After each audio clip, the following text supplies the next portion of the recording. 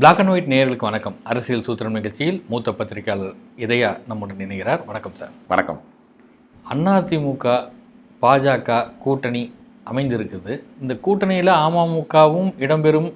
ஏன்னா பாஜகவுடன் அவங்க ஏற்கனவே நாடாளுமன்ற தேர்தலை சந்தித்தாங்க. அதிமுகவுடன் நேரடியாக இல்லைனாலும் பாஜக தன்னுடன் அந்த கூட்டணிக்குள்ளே அமமுகவை அமர்த்திக்கும் அப்படின்றது தான் தகவலாக இருக்குது. ஆனால் அமமுக பொதுச் செயலாளர் டிடிவி தினகரன் சோளிங்கர் வேட்பாளர் சட்டமன்ற தொகுதிக்கு பார்த்திபன் என அறிவித்திருக்கிறார். இது கூட்டணி தொடருவதற்கான ஒரு முயற்சியா, அந்த இடத்தை தக்க வைத்து கொள்ள வேண்டும் அப்படின்றதுக்கான ஒரு முயற்சியா, இல்லை கூட்டணிக்குள்ளே ஏதாவது சிக்கல் இருக்குதா? இல்லை, ஒரு டிடிவி தினகரன் அவர்களை பொறுத்தளவில் பாஜகவோட ரொம்ப நெருக்கமாக இருக்கார்.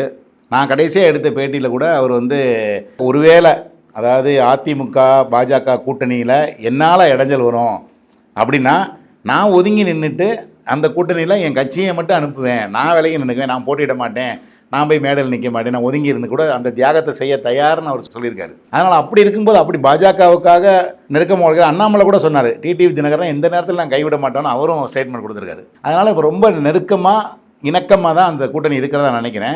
இவர் இப்படி அறிவித்தது கூட நிச்சயமாக குறுக்கு சால் ஓட்டுற மாதிரி இருக்காது.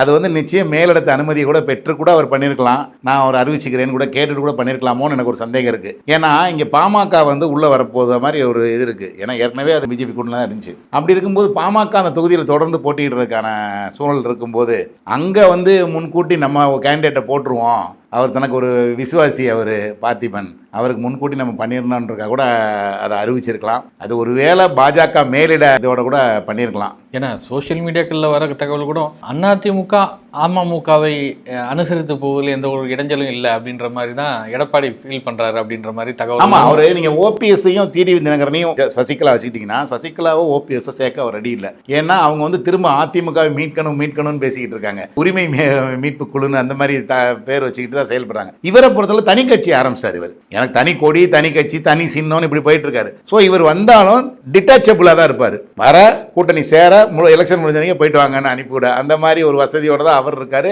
இவரும் அந்த கட்சிக்குள்ளே போய் மிங்கிளாகி அதிகாரத்தை பிடிக்கணுன்ற இது இல்லை, ஒன்று சேரணும்னு நினைக்கிறாரு. அப்படி வாய்ப்பு வந்தால் சேருவார்.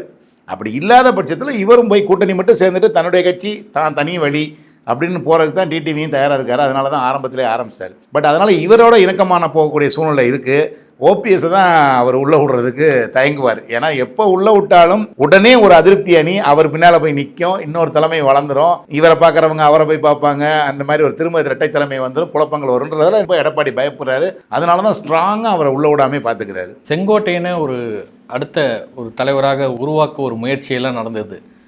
டெல்லியில் போய் அவரும் பாஜக அமைச்சர்கள்லாம் சந்தித்து பேசினார். இப்போ எடப்பாடி பாஜக கூட்டணிக்கு பின்னர் செங்கோட்டையன் கொஞ்சம் சைலண்டானாலும் இன்னைக்கு பேசும்போது 200 இடங்கள்ல அதிமுக வெற்றி பெறும் அப்படின்னு பேசியிருக்காரு. நான் ஒரு அடிமட்ட தொண்டனாக இருந்து கழகத்தில் வேலை பார்ப்பேன் அப்படின்னாரு. இந்த அடிமட்ட தொண்டன் அப்படின்னு அங்கே பேசும்போது ஒருவேளை செங்கோட்டையனுக்கு வரக்கூடிய சட்டமன்ற தேர்தலில் சீட்டு கொடுக்கக்கூடாதுன்ற ஏதோ முடிவை எடப்பாடி எடுத்திருக்கிறாரா? அதனால தான் இந்த ஒரு வார்த்தையை பயன்படுத்துறாரா செங்கோட்டையன்? இல்லை, கண்டிப்பாக அவர் அதிருப்தி அவர் மேலே இருக்கும். உன்னிப்பாக நீங்கள் கவனித்து பார்த்தீங்கன்னா எடப்பாடி பழனிசாமியை அவர் ஏறக்குறைய செல்வி ஜெயலலிதா மாதிரியே தன்னை உருவகப்படுத்திக்கிட்டு அது மாதிரி ஒரு தலைமையாக இருக்கணும் அப்படின்னு நினச்சிக்கிட்டு எனக்கு கீழே எல்லாரும் கண்ட்ரோலாக இருக்கணும், அவுட் ஆஃப் கண்ட்ரோலுக்கு சிஎம் சொன்ன மாதிரி அவுட் ஆஃப் கண்ட்ரோலுக்கு போயிடக்கூடாது அப்படின்ற மாதிரியான ஒரு இதில் இருக்கார். அந்த நிலைப்பாடு அவர் நீங்கள் மனோபாவத்தில் தெரியும். யார் தன்னை எதிர்த்து போனாலும் உடனே அவங்க மேலே நடவடிக்கை எடுக்கிறது, அந்த மாதிரி ஒரு மணிகண்டன்லாம் துணிச்சலாக முடிவு எடுத்தார். ஒரு முன்னாள் அமைச்சர் அவரெல்லாம் உறுதியாக எடுத்தார். அந்த மாதிரி தலவாய் சுந்தரத்தை திடீர்னு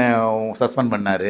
அந்த மாதிரி சில பேரை அவர் நடவடிக்கை எடுத்து தன்னுடைய தலைமை ஜெயலலிதா தலைமை மாதிரி ஒரு மிரட்டக்கூடிய தலைமை மாதிரி வச்சுக்கணும்னு எதிர்பார்த்தார். ஆனால் அதை மீறி செங்கோட்டையன் செயல்பட்டது நிச்சயமாக அவருக்கு பிடிச்சிருக்காது, நிச்சயமாக அவர் வெறுத்திருப்பார். இப்போ இன்னைக்கு எவ்வளவு ஓபிஎஸ் எந்த அளவுக்கு அவர் வெறுக்கிறாரோ அதே அளவுக்கு இப்போ செங்கோட்டையனை வெறுக்கிறதுக்கு வாய்ப்பு இருக்கு. அதை இவரை மிரட்டுறதுக்கு ஒரு யுக்தியா பிஜேபி பயன்படுத்தி இருக்கோம். அவரை அப்படிதான் நம்ம எடுத்துக்கணும். அப்படி பயன்படுத்தினாங்க. இன்னைக்கு பிஜேபி அவரை கைவிடாம இருக்குமானா அதை நம்ம உறுதி சொல்ல முடியாது. இப்போ நம்ம கூட்டணி வந்துருச்சு, நீங்க செங்கோட்டையன் பத்தி பேசாதீங்கன்னா ஒரு பிஜேபி அவரை கைவிட்டுருச்சு, அவங்க தான் உருவகப்படுத்தி பண்ணாங்க. அப்படி கைவிட்டாங்கன்னா அவருக்கு சீட்லாம் போறதுக்கு உறுதியா வாய்ப்பு இருக்கு. இப்ப அவருக்காக ஃபைட் பண்ண வேண்டியது பிஜேபி தான். நிச்சயமா செங்கோட்டையனா அவர் ஏற்கனவே கருப்பண்ணனை வச்சு அவர் அங்க அந்த மாவட்டத்தில் அவரை கொஞ்சம் கண்டுக்காம விட்டதுனால தான் செங்கோட்டையன் அதிருப்தி ஆளானதுக்கே காரணம். அவருக்கு வேற எந்த முயற்சியும் கிடையாது. அவர் அப்படியே ஒரு ரிபல் மாதிரி வர்றதுக்கான வாய்ப்பே இல்லை. அவர் எல்லாரும் அவரோட பழகணும், நெருங்கி பழகினவங்களாம் எல்லாருமே சொல்றாங்க அவர் ஒரு போராளியாக மாறுறதுக்கெல்லாம் வாய்ப்பே கிடையாது, ரொம்ப சாந்தமானவர், அப்படிலாம் பண்ண மாட்டார்னு. அதை மீறி அவர் அந்த ஒரு முடிவை எடுத்ததுக்கு காரணமே அந்த கருப்பணனை வச்சுக்கிட்டு இவர் வந்து கொஞ்சம் பண்ணாரு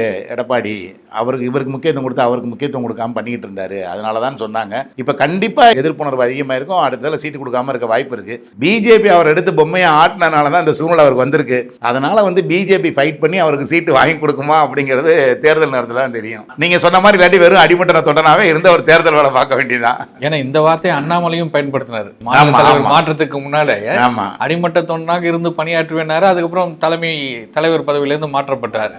ஈரோடு சிவகிரியில ஒரு தம்பதியர் கொலை, இதுக்கு எடப்பாடி பழனிசாமி அறிக்கை வந்து சட்டம் ஒழுங்கு லட்சணம் இதுதானா, ஸ்டாலினின் மாடல் திராவிட அரசு தானான்லாம் கேட்டிருக்காரு.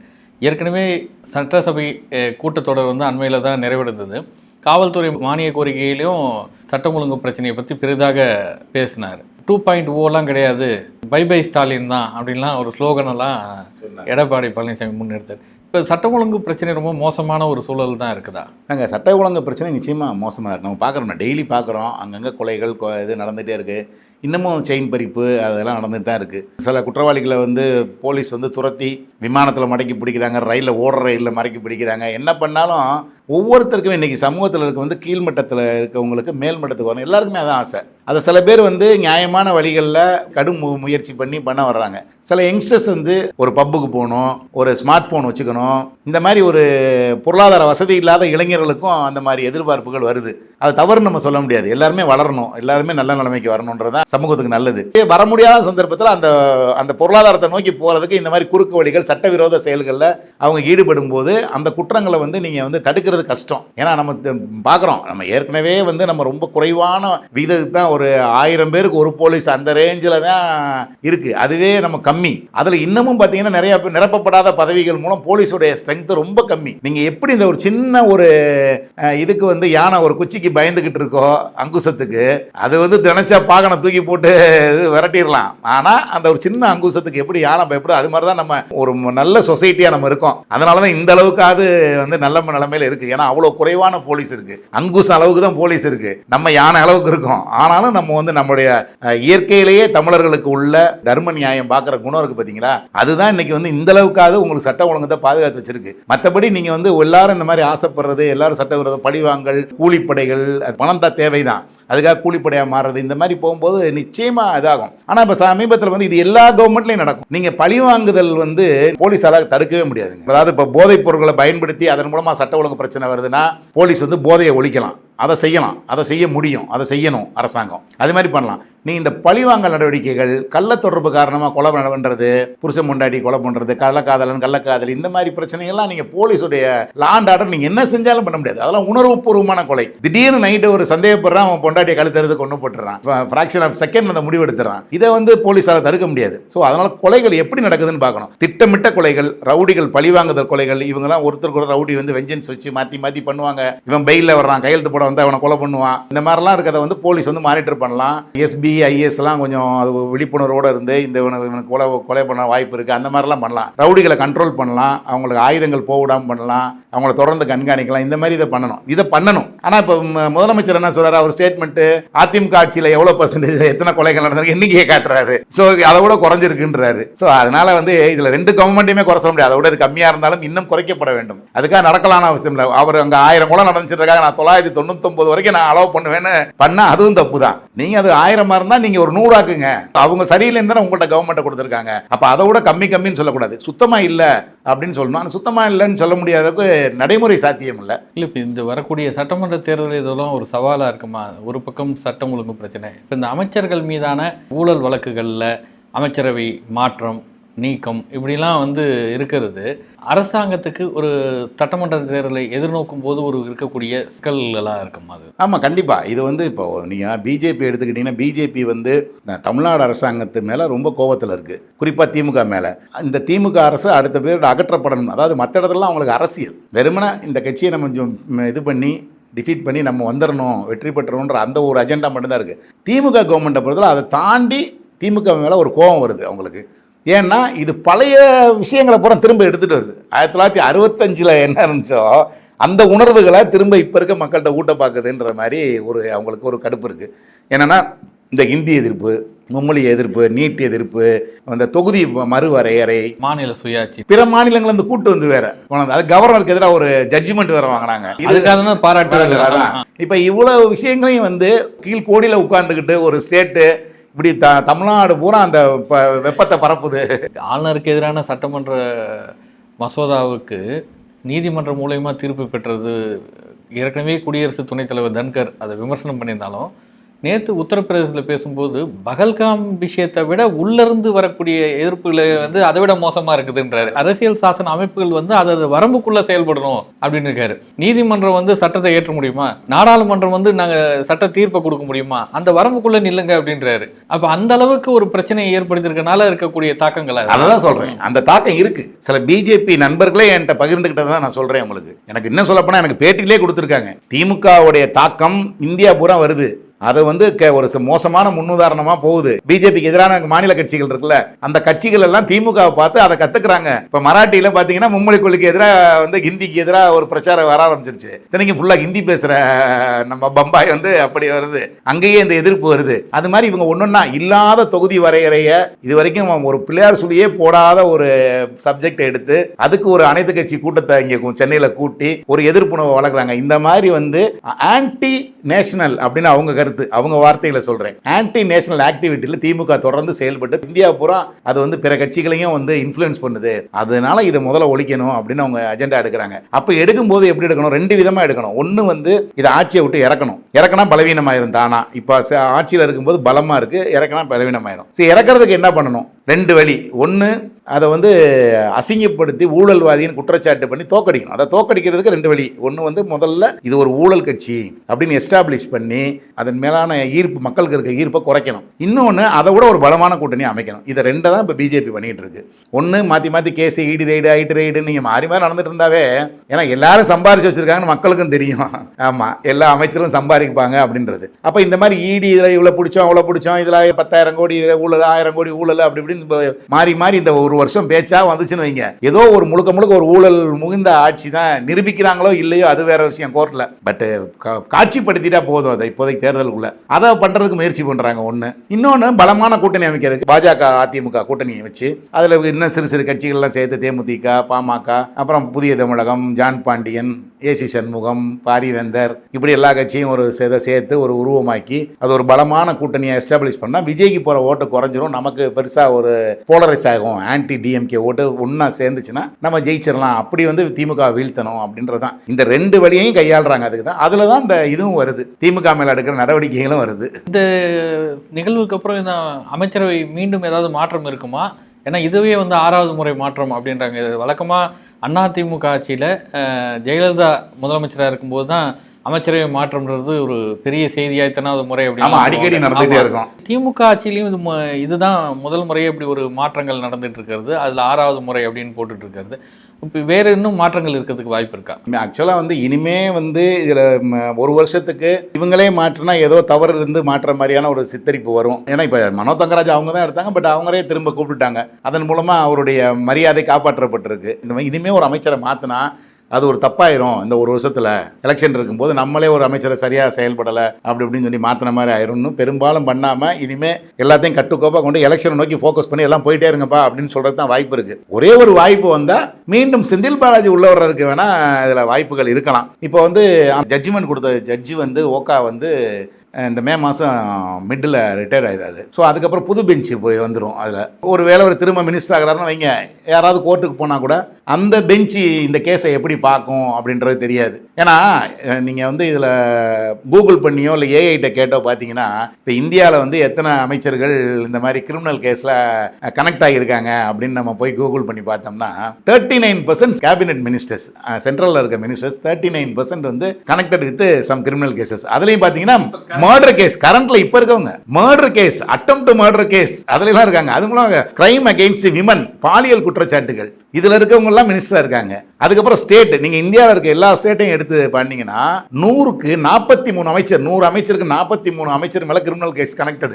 நீங்க ஆபாச பேச்சுகள், விரும்பத்தகாத பேச்சுகள், பெண்களுக்கு எதிரான குற்றங்கள், கொலை குற்றங்கள், கொலை முயற்சி குற்றங்கள் இதில் எல்லாத்துலேயும் பண்ணவங்க 43% இருக்காங்கன்னு ரிப்போர்ட் கொடுக்குது அது ஏஐ. அதனால் அப்படி பார்த்தீங்கன்னா 43% மினிஸ்டரும் வந்து சாட்சிகளை கலைக்க மாட்டாங்களா? சென்ட்ரல் மினிஸ்டரில் இருக்க 39% மினிஸ்டர் வந்து சாட்சியை கலைக்க மாட்டாங்களா? அவங்கெல்லாம் எப்படி வந்து பெயிலில் இருக்காங்க, அமைச்சராக இருக்காங்க, இவருக்கு மட்டும் ஏன் அந்த சதி வேலை நடந்துச்சு அப்படின்றது ஒரு சுவாரஸ்யமான ஆராய்ச்சியாக இருக்கும். நீங்கள் பார்க்குறவங்களும் அதை வந்து கூகுள் பண்ணி பாருங்கள். அது ஏன்றது ஒரு பழிவாங்கப்பட்ட நடவடிக்கைன்ற மாதிரி நமக்கு தெரியுது அதை பார்க்கும்போது. அதாவது குறிப்பாக நம்ம சொன்னோம்ல இங்கே, அதாவது பிஜேபி வந்து தமிழ்நாட்டிலிருந்து திமுகவை அகற்ற வேண்டும் நினைக்குது. அப்போ அகற்ற வேண்டும் நினைக்கும் போது சும்மா பொதுவாக அகற்றினா நினைச்சா நடந்துராது. அப்போ அதை எப்படி பலகீனப்படுத்தணும்னு பார்க்குறாங்க. ஒன்று ஊழல் முகத்தை கொடுக்குறாங்க, இன்னொன்று பலமான கூட்டணி அமைக்கிறாங்க. அப்போ அங்கே இருக்க செங்கலை சொன்னார்ல அண்ணாமலை, ஒவ்வொரு செங்கலா உருவோன்னு, அது மாதிரி ஒவ்வொருத்தரையா இப்போ நேரு வீட்டில் ரைடு தொடர்ந்து நடந்திருக்கு, அவங்க தம்பி மகன் எல்லார்ட்டையும். அது மாதிரி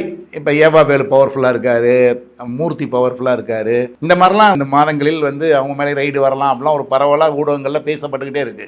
அந்த மாதிரிலாம் ஒரு சித்தரித்து பண்ணி ஒவ்வொருத்தராக பலகீனம். வேணா குறிப்பாக வந்து பிஜேபி அண்டு ஏடிஎம்கே கூட்டணி பலமாக இருக்குது பார்த்தீங்கன்னா கொங்கு மண்டலம். அந்த கொங்கு மண்டலத்திலேருந்து ஒரு 62 சீட்டில் பல சீட்டுகளை அவங்க தான் ஜெயிச்சு வச்சுருக்காங்க. இப்போயே 40 சீட்டு வரைக்கும் அவங்க தான் வெற்றி பெற்றிருக்காங்க. அப்போ இப்போ செந்தில் பாலாஜி இருந்தாருன்னா, அவர் ஒர்க் பண்ணாருன்னா அங்கே கணிசமான இடங்களை நம்ம பறி கொடுத்துருவோமோ அப்படிங்கிற ஒரு பயம் வந்து ஏடிஎம்கேக்கு இருக்குது. அதை வந்து ஏடிஎம்கே பாஜக தலைமையில் நிச்சயம் சொல்லியிருக்கோம். செந்தில் பாலாஜி ஆஃப் பண்ணால் தான் நம்ம அங்கே இது பண்ண முடியும், இல்லாட்டி அவர் ஆக்ரோஷமாக வேலை பார்ப்பாரு, நமக்கு அங்கே சீட்டுகள் பறி போச்சுன்னா அது நம்ம ஆட்சிக்கு வர்றதுக்கான இதாயிரும், அப்புறம் திமுகவே திரும்ப ஆட்சிக்கு வரக்கு வாய்ப்பு இருக்குன்னு சொல்லும்போது அப்போ பிஜேபி வந்து செந்தில் பாலாஜி மேலே ஒரு ஆக்ரோஷமான பார்வையை காட்டுறதுக்கு வாய்ப்புகள் இருக்குது. இல்லை இருந்தாலும் இப்போ திமுக நீங்கள் சொல்கிற மாதிரி சட்டமன்ற தேர்தலை எதிர்கொள்ளணும், கொங்கு பெல்ட்டில் செந்தில் பாலாஜியை வச்சு வேலை வாங்கணும். இன்னொன்று ஒரு பிரஸ்டீஜ் விஷயமா செந்தில் பாலாஜி திருப்பி எப்படியாவது அந்த தேர்தலுக்கு முன்னாடி ஒரு அமைச்சரவையில் கொண்டு வந்தால் தான் நமக்கு அது ஒரு பிரஸ்டீஜ் இஷ்யூன்ற மாதிரி கையில் எடுத்ததுன்னா நீதிமன்றத்தின் மூலமா திருப்பி கொண்டு வரதுக்கான முயற்சிகள் தீவிரமாக கொண்டு வரணும். எதுக்கு திரும்ப நீதிமன்றத்துக்கு போய் ரிவ்யூ பெட்டிஷன் அப்பெல்லாம் போட தேவையில்லை. ஏன்னா அங்கே வந்து திரும்ப மந்திரி ஆக்கக்கூடாதுன்ற கண்டிஷனே போடலை. அந்த கண்டிஷனை கேட்டும் அவங்க பண்ணலையே.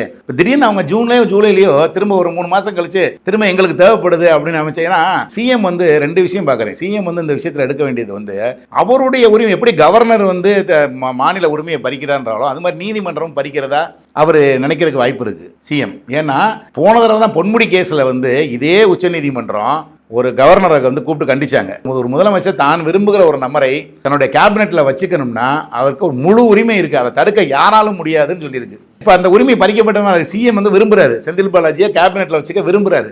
ஆனால் அந்த விருப்பம் தடுக்கப்பட்டிருக்கிறது இப்போ. ஏன்னா ஆனால் அதில் கோர்ட்டு சைடு என்ன சொல்லுது, சாட்சியை கலைச்சிருவார், அதனால வந்து நாங்கள் பண்ணுறோன்ற மாதிரி சொல்கிறாங்க. ஆனால் இவர் வச்சுக்கணும்னு நினைக்கும் போது அதுக்கு தடுக்கிறாங்கன்னு இவர் பார்க்குறாரு. தன்னுடைய உரிமை பறிபோகிறது. எப்படி வந்து துணை ஜனாதிபதி சொல்கிறாரோ, எனக்கு இருக்க அதிகாரத்தை, எனக்கு கான்ஸ்டியூஷன் கொடுத்த அதிகாரம், முதலமைச்சர் யாரை விரும்புகிறாரோ அவர் அமைச்சரை சேர்த்துக்கலான்னு, அதை வந்து சுப்ரீம் கோர்ட் தடுக்குது அப்படின்னா இவர் அந்த பார்வையில் பார்க்குறாரு. அவர் பார்க்குற பார்வையில் இவர் பார்க்குறாரு. ஏன்னா அதனால வந்து இவர் எப்படியா சிஎம் என்ன நினைக்கிறாரு, அந்த உரிமையை நம்ம தக்க வைக்கணும், அதுக்கு கொண்டு வரணும். ஒன்று இதில் ரிவ்யூ பெட்டிஷன் ஏதாவது போட்டு அங்கே போகணும், இல்லாட்டி திரும்ப அமைச்சராக்குனாங்கன்னா அப்போ யாராவது போகிறாங்களான்னு பார்க்கலாம். இப்போ ஒருத்தர் போனார், இந்த மாதிரி சாட்சியை கலைப்பார், அதனால இவர் பெயில கேன்சலும் போனார், அடுத்த தடவை போகாம கூட இருக்கலாம்ல. இப்போ எல்லாரும் ஹேமந்த் சோரன்லேருந்து நீங்கள் எடுத்துக்கிட்டீங்கன்னா சிஎம்மாவே இருக்காரு, அவர் சாட்சியை கலைச்சிருவாருன்னு யாரும் கோர்ட்டுக்கு போகல, அதனால வந்து அதில் சுப்ரீம் கோர்ட் உத்தரவு போடலை. இப்போ இதுலையும் ஒருவேளை அடுத்த தடவை அமைச்சராக்குறாங்கன்னு வைங்க, ஒரு 2 மாதம் 3 மாதம் கழிச்சு திரும்ப மீண்டும் அமைச்சராக்குறாங்க, அப்போ யாருமே போகலன்னு வைங்க, போகலன்னா சுப்ரீம் கோர்ட் அதை பற்றி எங்க அதுக்கு இருக்க வேலையில் அது பாட்டுக்கு இருக்க போகுது. வெறும் இடி போய் கம்ப்ளைண்ட் பண்ணா பெரும்பாலும் எடுக்க மாட்டாங்க. ஏன்னா அது கபில் சிபில் அதுக்காக வாதாடி இருக்காரு. இந்த மாதிரி ட்ரையலுக்கே என்ன வரலங்க, இந்த கூண்டுல சாட்சி ஏறி ஏதாவது பிறகு சாட்சி ஆகுதா இல்லையா வரலையான்னு அப்புறம் தான் முடிவு பண்ண முடியும். இப்பயே வந்து சாட்சியை கலைக்கிறாரு, மிரட்டுறாருன்னு எப்படி நீங்க சொல்றீங்க அப்படின்லாம் ஆர்கியூ பண்ணியிருக்காரு. அதனால வந்து ஒருவேளை அந்த மாதிரி திரும்ப ஒரு அமைச்சராக்கிற முயற்சி நடந்தாலும் நடக்கலாம். அப்போ மந்திரி சபையில் திரும்ப மாற்றம் வந்தாலும் வரலாம். நன்றி. மற்ற நேர்களை சந்திப்போம். நன்றி, வணக்கம்.